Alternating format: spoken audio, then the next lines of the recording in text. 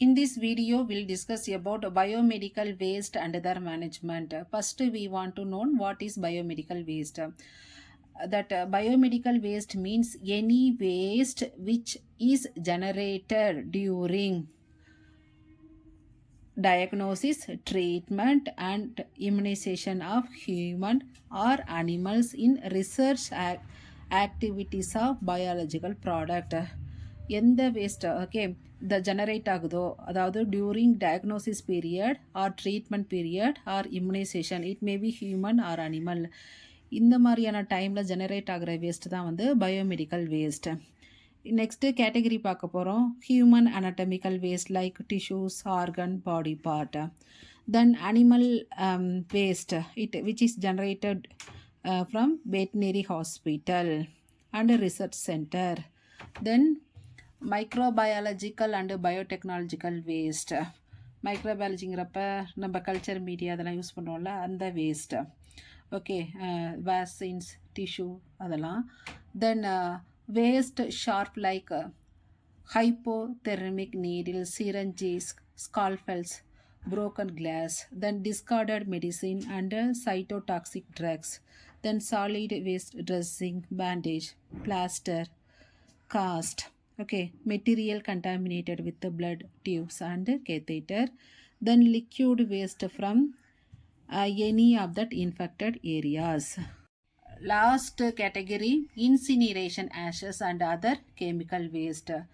Microbiology and biotechnology வேஸ்ட்டுங்கிறப்ப lab culture, specimen, live and attenuated vaccines, humans and animals, cell culture dishes, devices used for transfer of culture. Then liquid waste, washing, cleaning, housekeeping and disinfecting activities.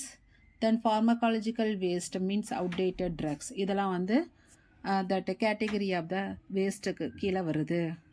How to manage the biomedical waste? It involved in safe segregation. இதை வந்து segregate பண்ணுறோம். Collection, transport and disposal of hazardous health care waste to protect human health and environment.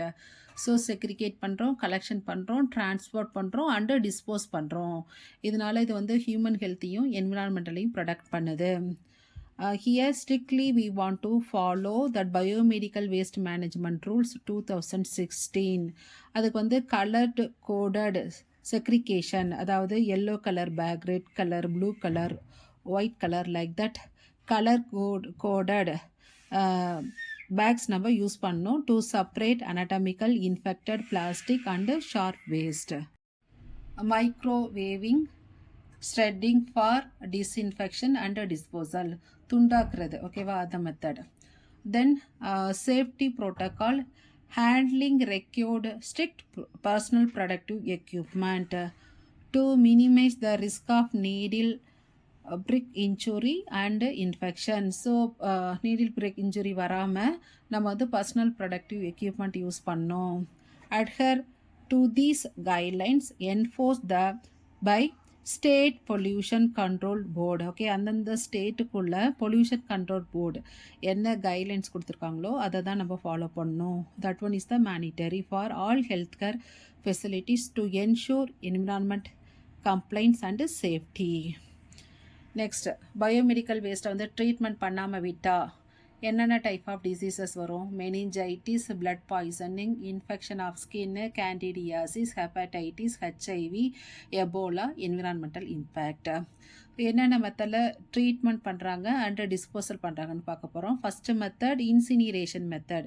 இது வந்து thermal process method. இங்கே வந்து high temperature, அதாவது 900 to 1100 degree Celsius வந்து use பண்ணுறாங்க. Used for anatomical waste, solid, cotton, microbiological waste, significantly reducing volume. Then autoclaving, stream sterilization. இது வந்து ஒரு eco-friendly method using stream and pressure.